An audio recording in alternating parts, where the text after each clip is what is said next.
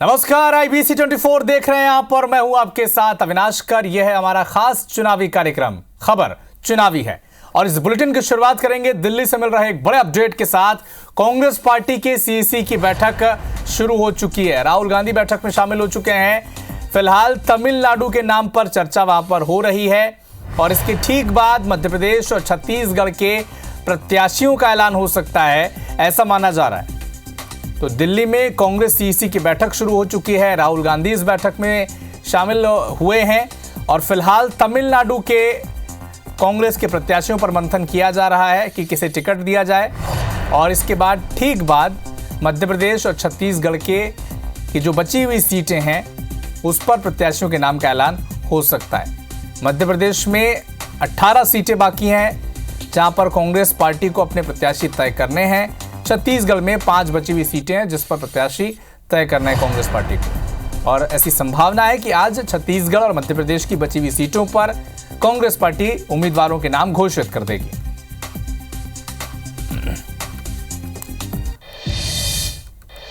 तो प्रत्याशियों पर मंथन किया जा रहा है, लेकिन मध्य प्रदेश में कांग्रेस के संभावित प्रत्याशी आखिर हैं कौन? चलिए आपको सिलसिलेवार तरीके से बताते हैं। राजगढ़ से दिग्विजय सिंह प्रत्याशी हो सकते हैं।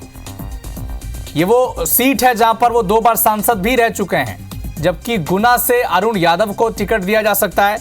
रतलाम झाबुआ से कांतिलाल भूरिया, कांग्रेस के दिग्गज नेता, इन्हें मौका मिल सकता है। शहडोल से पुंदेलाल मार्को को भी मौका दिया जा सकता है। जबकि खंडवा से नरेंद्र पटेल का नाम आगे चल रहा है। उज्जैन से महेश परमार का नाम आगे चल रहा है। तो देखिए ग्राफिक्स के जरिए हम आपको बता रहे हैं। सागर से गुड्डू राजा बुंदेला को कांग्रेस पार्टी टिकट दे सकती है। ग्राफिक्स के जरिए देखिए दिग्विजय सिंह को राजगढ़ से मौका मिल सकता है। ये वो सीट है जहां पर दिग्विजय सिंह 2 बार सांसद रह चुके हैं। शहडोल से पुंदेलाल मार्को को टिकट मिल सकता है। वरिष्ठ नेता है कांग्रेस पार्टी के। शहडोल से कांग्रेस पार्टी के सिंबल पर ताल ठोक सकते हैं। इंदौर की सीट से अक्षय कांति बम को टिकट मिल सकता है कि युवा चेहरे के तौर पर इन्हें देखा जाता है इंदौर में। गुना से ज्योतिरादित्य सिंधिया के सामने अरुण यादव उन्हें चुनौती दे सकते हैं। पूर्व केंद्रीय मंत्री प्रदेश अध्यक्ष रह चुके हैं।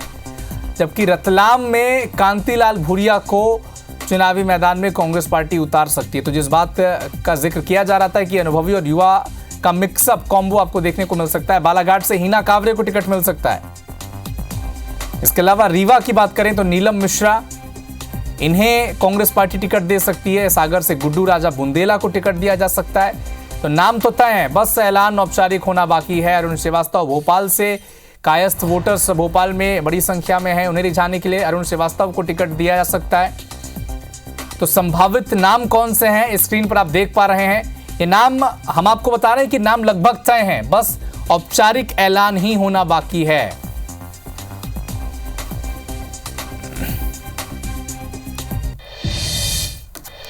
तो न सिर्फ कांग्रेस बल्कि दिल्ली में आज भारतीय जनता पार्टी की चुनाव समिति की बैठक है। बैठक में चुनाव समिति के सभी सदस्य मौजूद रहेंगे और चुनाव की रणनीति पर मंथन किया जाएगा। कई महत्वपूर्ण मुद्दों पर बातचीत इस बैठक में होगी।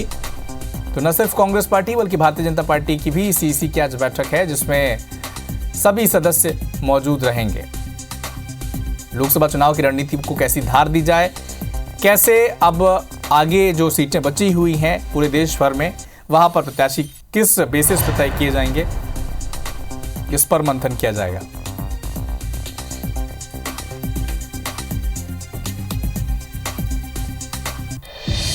तो एक तरफ दिल्ली में दोनों ही दल मंथन कर रहे हैं प्रत्याशियों के नाम पर, रणनीति पर, लेकिन जो इस रणनीति को अमली जामा पहनाते हैं कार्यकर्ता, उन्हें भी साधने की कोशिश की जा रही है। आज छत्तीसगढ़ में भारतीय जनता पार्टी कार्यकर्ता सम्मेलन करने जा रही है। राजनांदगांव और डोंगरगांव में कार्यकर्ता सम्मेलन होगा। CM साय इसमें शामिल होंगे और कार्यकर्ताओं को रिचार्ज करने की कोशिश की जाएगी। किन मुद्दों को लेकर नरेंद्र मोदी की सरकार के 10 साल में जो कामकाज हुए हैं, जो योजनाएं बनी हैं जनता के लिए, उसे कैसे जनता तक पहुंचाया जाए, इस पर विचार मंथन किया जाएगा और कैसे कार्यकर्ता इसे अमली जामा पहनाएंगे ये भी उन्हें बताया जाएगा इस सम्मेलन में। तो राजनांदगांव और डोंगरगांव में भारतीय जनता पार्टी आज कार्यकर्ता सम्मेलन का आयोजन कर रही है जिसमें मुख्यमंत्री विष्णुदेव साय भी शामिल होंगे।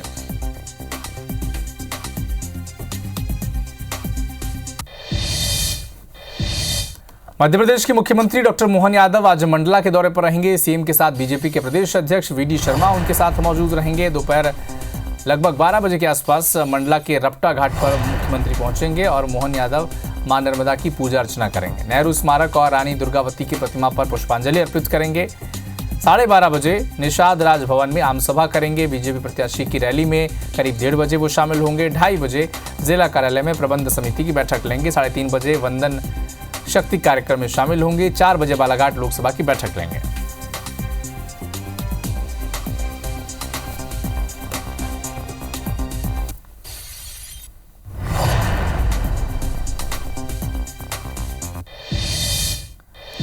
जांजगीर में कांग्रेस का लोकसभा स्तरीय कार्यकर्ता सम्मेलन का आयोजन हुआ। यहां छत्तीसगढ़ कांग्रेस के प्रभारी सचिन पायलट, नेता प्रतिपक्ष चरणदास महंत, दीपक बैज, तमाम जो दिग्गज नेता थे वो शामिल हुए और सम्मेलन के बहाने, कार्यकर्ताओं के सम्मेलन के बहाने कांग्रेस ने शक्ति प्रदर्शन भी किया। मीडिया से सचिन पायलट से बातचीत की और बीजेपी पर जमकर हमला बोला।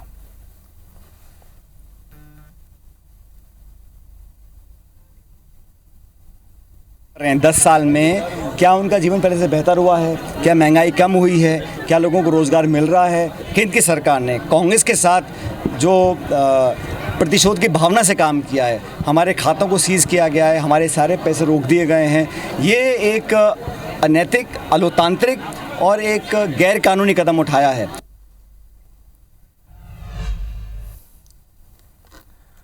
पूर्व मुख्यमंत्री भूपेश बघेल के टिकट काटने की मांग को लेकर पीसीसी प्रभारी सचिन पायलट का रिएक्शन भी आ चुका है। 2 दिवसीय छत्तीसगढ़ दौरे पर सचिन पायलट हैं। उनसे जब इस विषय पर सवाल पूछा गया तब सचिन पायलट ने कहा, हर सीट पर कई दावेदार होते हैं मगर पार्टी एक ही व्यक्ति को टिकट देती है, इसलिए कई बार चुनाव के समय नाराजगी सामने आती रहती है। जब चुनाव होता है तो टिकट मांगने वाले बहुत से उम्मीदवार होते हैं। कांग्रेस एक व्यक्ति को टिकट दे सकती है, स्वाभाविक रूप से टिकट नहीं मिलता, उसके मन में कुछ पीड़ा होती है, लेकिन अनुशासन के रहते हम सबसे बात भी कर रहे हैं, सबको साथ लेकर चलेंगे। लेकिन आप इस बात से सुनिश्चित रहिएगा, कांग्रेस पार्टी पूरी ताकत के साथ मजबूती से चुनाव लड़ रही है। अगर कहीं किसी ने अगर बात बोली भी है तो उसका मैं खुद संज्ञान लूँगा और कार्रवाई करूँगा। चुनाव की घोषणा के साथ ही कांग्रेस में भगदड़ तेज हो गई। ऐसा कोई दिन नहीं गुजरता जब कांग्रेस को छोड़कर कोई नेता बीजेपी में शामिल ना हो रहा हो। गुरुवार को भी भारतीय जनता पार्टी में ज्वाइन करने वालों में कांग्रेस के साथ साथ कई बसपा के नेता और समाजवादी पार्टी के नेता भी शामिल रहे। सतना, रीवा, जबलपुर के कई नेता कांग्रेस पार्टी के बीजेपी में शामिल हो गए। इनमें कांग्रेस के पूर्व विधायक यादवेंद्र सिंह और पूर्व सांसद देवराज सिंह का नाम भी शामिल है। बीजेपी से उत्साहित है, उसने होली के बाद ज्वाइनिंग अभियान शुरू करने का भी ऐलान कर दिया है।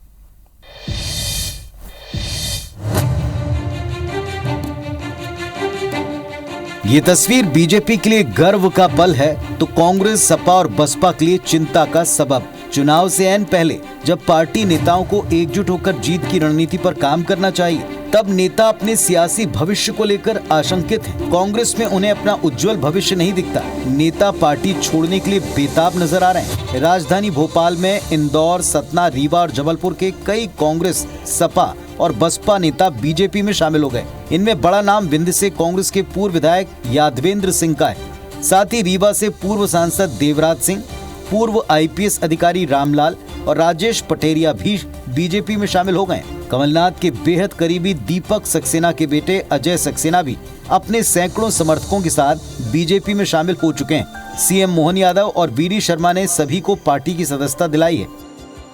छिंदवाड़ा के लिए हमारा नया नाम देना पड़ेगा। छिंदवाड़ा छिन्न भिन्न वाला हो गया और कोई बचा ही नहीं है। कांग्रेस की साइड से पूरा छिन्न भिन्न हुआ राजनीतिक नेतृत्व और भाजपा की ताकत बढ़ी। कांग्रेस में किस कदर भगदड़ मची है उसे इन आंकड़ों के जरिए समझा जा सकता है। बीते 75 दिनों में 16,000 नेता कांग्रेस से बीजेपी में शामिल हुए। रोजाना करीब 250 कार्यकर्ता बीजेपी का दामन थाम रहे हैं। सबसे ज्यादा दल बदल छिंदवाड़ा से होने का बीजेपी दावा करती है। दूसरी ओर कांग्रेस के सामने कार्यकर्ताओं का संकट पैदा हो गया है। इन आंकड़ों से उत्साहित बीजेपी ने होली के बाद बूथ स्तर पर ज्वाइनिंग अभियान शुरू करने का ऐलान कर दिया। इसे लेकर वो कितनी उत्साहित है, ये पूर्व मंत्री नरोत्तम मिश्रा के बयान से समझा जा सकता है। उन्होंने इसे Guinness book of world record में दर्ज कराने की बात कही है। एक नजर डालते हैं बीजेपी के इस अभियान पर। बीजेपी अपना ज्वाइनिंग अभियान होली के बाद बूथ स्तर पर शुरू करेगी। इसके जरिए पार्टी से रिकॉर्ड संख्या में कार्यकर्ताओं को जोड़ा जाएगा।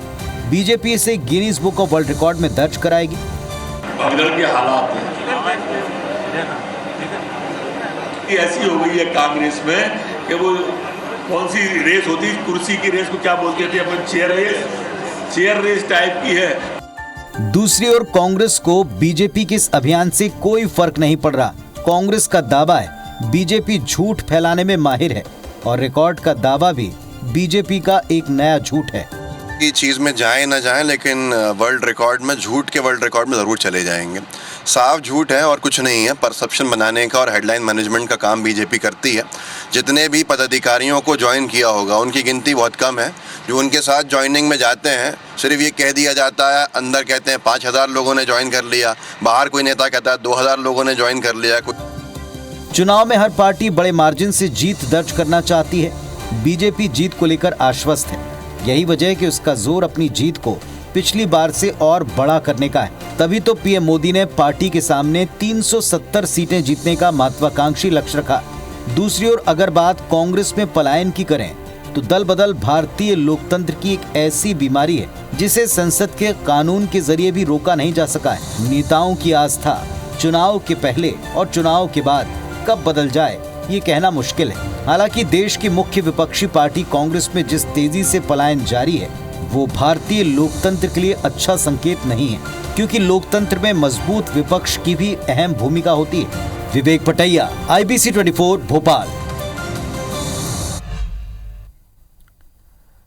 छत्तीसगढ़ में लोकसभा चुनाव सिर पर है। ऐसे में बीजेपी के प्रदेश चुनाव प्रभारी ओम माथुर की छत्तीसगढ़ से दूरी चर्चा का विषय बनी हुई है। पार्टी के अंदरूनी हलकों में इस बात की चर्चा है कि ओम माथुर लोकसभा चुनाव के टिकट वितरण से नाखुश हैं। माथुर की छत्तीसगढ़ से दूरी को लेकर बीजेपी का कोई भी नेता खुलकर बोल नहीं रहा है। दूसरी तरफ कांग्रेस नेता प्रमोद दुबे ने बीजेपी पर कटाक्ष किया। कहा कि बीजेपी नेता इतने आत्ममुग्ध हैं कि उन्हें लगता है कि किसी की जरूरत उन्हें है नहीं। बीजेपी का अति आत्मविश्वास ठीक नहीं है। लगता है यहाँ भारतीय जनता पार्टी की जो नेता हैं वो इतने आत्ममुग्ध हैं कि उनको किसी की आवश्यकता नहीं है। आत्मविश्वास तक तो ठीक है, लेकिन अति आत्मविश्वास में जो लोग चलते हैं तो शायद माथुर साहब समझ में गए होंगे कि विधानसभा में उनके पूछ थी, अब सरकार बन गई तो सरकार में 15 साल वैसे भी इन्होंने किसी को पूछा तो था नहीं, वही स्थिति फिर से आ गई। इसलिए स्वाभाविक तौर पर वो अपनी दूरी बना लिए हैं, ऐसा हमें लगता है।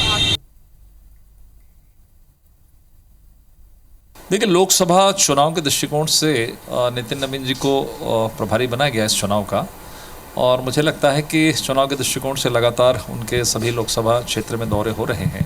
सभी हमारे जो केंद्रीय नेताओं हैं उनके प्रवास भी बनेंगे, प्रदेश स्तर के जो नेता उनके भी प्रवास होंगे। केंद्रीय नेताओं का किनका दौरा है, किनकी बैठकें होंगी, ये समय समय पर राष्ट्रीय स्तर पर निर्धारित होता है।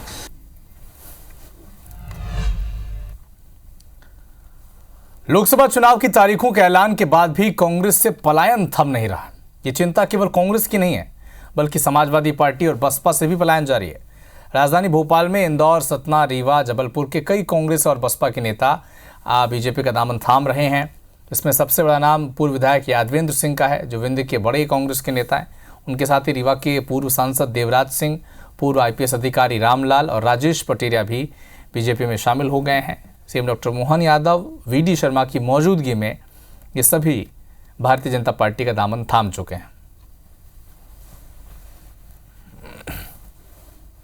मुझे इस बात की प्रसन्नता है कि भाजपा का परिवार बढ़ रहा है, और जिस प्रकार से आज भी ज्वाइनिंग हुई, कौन सी पार्टी बची है जिसमें कोई कार्यकर्ता रहना चाहते हैं? सभी भाजपा में आना चाहते हैं। मैं भाजपा में आने वाले सभी नेताओं का, कार्यकर्ताओं का सबका स्वागत करता हूं, और हमने आश्वस्त किया है कि भाजपा यशस्वी प्रधानमंत्री के नेतृत्व में सरकार भी बनाने जा रही है, और हमारी सरकार सभी लोगों का सम्मान का ध्यान रखेगी, उनके सुझाव पे काम करेगी। छत्तीसगढ़ में विष्णुदेव साय सरकार के 100 दिन पूरे होने पर डिप्टी CM विजय शर्मा ने जांजगीर में प्रेस कॉन्फ्रेंस की, सरकार की उपलब्धि गिनाई और कहा कि भारतवर्ष में छत्तीसगढ़ की सरकार ने 100 दिनों में बेहतर काम कर सेवा भाव का इतिहास रचा है। कहा कि बस्तर के विकास की बाधा को दूर करना सरकार की प्राथमिकता है। तीसरी बार मोदी सरकार बनेगी तो विकास की रफ्तार को और गति मिलेगी।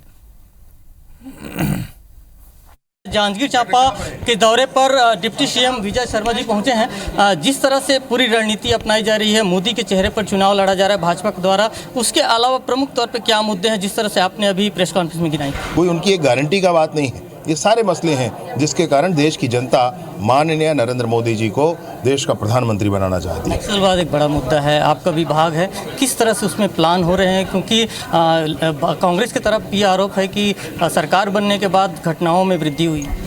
देखिए भैया, मैं भी पूछना चाहता हूं कि जब तक कांग्रेस की सरकार थी 250 से अधिक ऐसे प्रधानमंत्री ग्राम सड़क योजना की सड़कें जो सुदूर वनांचल तक बननी थी, वो उस पर काम नहीं हुआ। भारतीय जनता पार्टी के सरकार का संकल्प है कि ऐसी सारी चीज़ें जो बस्तर के कोने कोने तक विकास पहुंचाने में बाधक हों, उसको दूर होना चाहिए।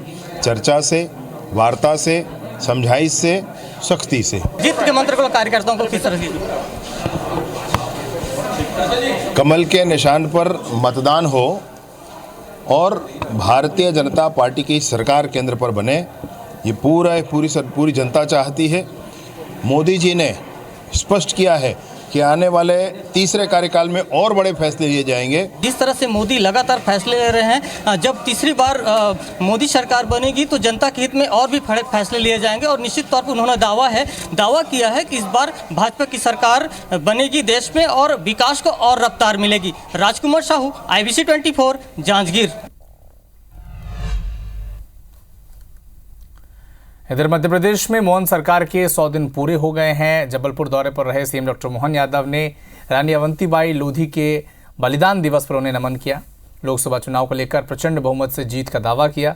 मुख्यमंत्री ने अपने कार्यकाल का जिक्र करते हुए कहा कि 100 दिन में ही सरकार ने कई उपलब्धियां हासिल की हैं, लेकिन अभी मन में असंतोष पूरा हुआ नहीं है। इस चुनाव की तरफ बढ़ गए हैं और जिस प्रकार से जनता का रिस्पांस मिल रहा है वो काबिले तारीफ है। निश्चित रूप से हमारे इस माननीय मोदी जी का जो लहर चल रही है, यही हालत है कि कांग्रेस को प्रत्याशी भी नहीं मिल पा रहा है। जनता का रिस्पांस भाजपा के साथ है, माननीय मोदी जी के साथ है और मोदी जी के नेतृत्व में भाजपा फिर एक प्रचंड बहुमत की जीत की तरफ बढ़ रही है। इंदौर में लोकसभा चुनाव से पहले बीजेपी और कांग्रेस के बीच आरोप प्रत्यारोप का दौर चल रहा है। उप मुख्यमंत्री जगदीश देवड़ा के बयान के बाद एक बार फिर से राजनीति गर्मा गई है। देवड़ा ने कांग्रेस पर कई आरोप लगाए थे, वहीं डिप्टी सीएम के बयान पर कांग्रेस ने आंकड़े जारी कर पलटवार किया है। कांग्रेस के प्रदेश महासचिव राकेश यादव ने कहा है कि बीजेपी के शासनकाल में देश में सबसे बड़ा पीएम आवास योजना का घोटाला हुआ था। बीजेपी ने ऐसे मकबरे बनाए हैं जहां रहने वाले कभी भी भगवान के प्यारे वो हो सकते हैं। वो रेलवे स्टेशन के किनारे, गंदे नालों के किनारे कीड़े मकोड़े की तरह लोग अपनी जिंदगी बिता रहे थे और आसमान के नीचे प्लास्टिक की सीट लगा करके वो जिंदगी बिताते थे। आज तक मुझे नहीं लगता कभी कांग्रेस के लोगों ने विचार किया हो कि उस गरीब आदमी के माथे पर भी छत का प्रबंध होना चाहिए। इस देश में जो सबसे बड़ा घोटाला है वो पीएम आवास योजना है, जो भ्रष्टाचार का महाकुंभ है। कुछ दिन पहले इंदौर में लाइट हाउस के रूप में सामने आया था। वो ऐसे मकबरे बनाए हैं कि जहाँ गरीब रहेंगे वो कब भगवान को प्यारे हो जाएंगे किसी को नहीं पता। छिंदवाड़ा में राजनीतिक आपाधापी के बीच मां निर्मला देवी आश्रम पहुंचे कैबिनेट मंत्री कैलाश विजयवर्गीय ने कहा कि मां निर्मला देवी की जन्मस्थली पर पहुंचकर शांति प्राप्त हुई है। मंत्री कैलाश विजयवर्गीय ने हमारे संवाददाता से खास बातचीत की है, सुने आप। सहयोग की विरल धारा बह रही है। कैलाश जी हमारे साथ है, सहयोगी है, यहाँ आए हुए हैं। कैलाश जी, माता श्री के दरबार आप आए, कैसा फील कर रहे हैं? बहुत अच्छा, बड़ी सात्विक जगह है, बहुत पवित्र जगह है और बड़े अच्छे वाइब्रेशन है।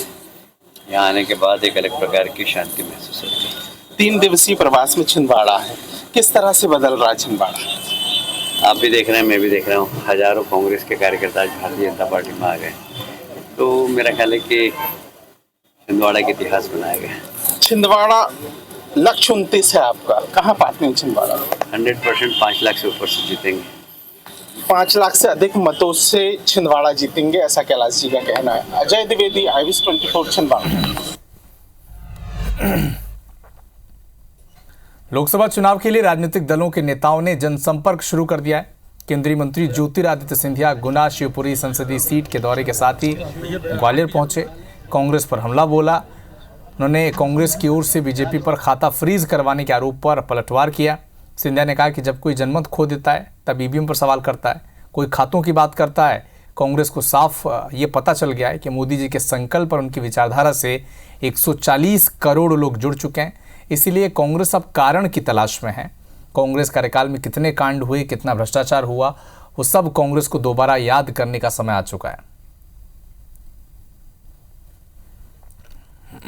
जनमत कोई खो देता है तब कोई ईवीएम मशीन पर प्रश्न करता है, कोई खातों की बात करता है। ये साफ विदित हो गया है कांग्रेस को कि प्रधानमंत्री जी के संकल्प में, प्रधानमंत्री जी की अद्वितीय विचारधारा में 140 करोड़ जन आज जुड़ चुका है। तो अब कारण ढूंढ रहे हैं। सतना की मेहर विधानसभा से पूर्व विधायक नारायण त्रिपाठी बसपा में शामिल हो गए। बसपा प्रदेश अध्यक्ष रमाकांत पिप्पल ने नारायण त्रिपाठी को सदस्यता दिलाई। हाल ही में विधानसभा चुनाव में नारायण त्रिपाठी हार गए थे। उससे ठीक पहले वो बीजेपी से बगावत कर विंध्य जनता पार्टी इन्होंने बनाई थी। करीब 25 उम्मीदवार चुनाव में उतारे थे, लेकिन नारायण त्रिपाठी समेत विंध्य जनता पार्टी के सभी उम्मीदवार हार गए।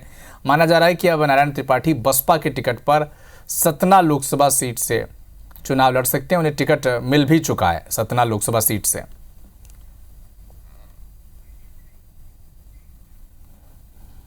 विंध्य मूवमेंट विंध्य बनना चाहिए। इस मूवमेंट के लिए हमें जहां से ताकत मिलेगी उसके साथ जाएंगे।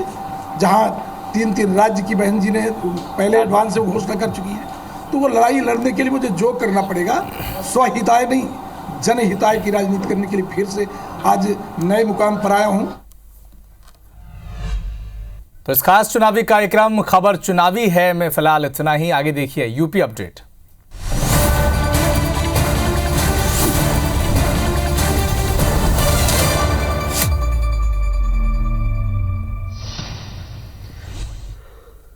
रायबरेली में होली पर यात्रियों को विशेष बस सुविधा मिलेगी। होली पर 51 बसों के फेरे बढ़ाए गए हैं। दिल्ली मार्ग पर 10 स्पेशल के साथ 14 बसें चलाई जाएंगी। विशेष बसों के संचालन से यात्रियों को काफ़ी सहूलियत होगी। मथुरा में एसओजी टीम और कोतवाली पुलिस की बदमाशों के साथ मुठभेड़ हुई। इस दौरान बदमाश जाहुल मेव के पैर में गोली लगी। बदमाश पर आगरा से 10,000 और मथुरा से 25,000 इनाम घोषित है। अलीगढ़ एएमयू में होली खेलने को लेकर छात्रों के बीच जमकर मारपीट हुई। बड़ी संख्या में छात्रों ने बाबे सैयद गेट के सामने विरोध प्रदर्शन किया। मुरादाबाद में हाई टेंशन लाइन में ब्लास्ट हो गया। धमाके से 4 घरों में आग लग गई, भगदड़ मच गई। मझौला इलाके के मीना नगर की घटना है। यूपी के कानपुर में यात्री बस पलट गई। कानपुर के कैंट इलाके में डिवाइडर से टकराने के बाद बस पलट गई।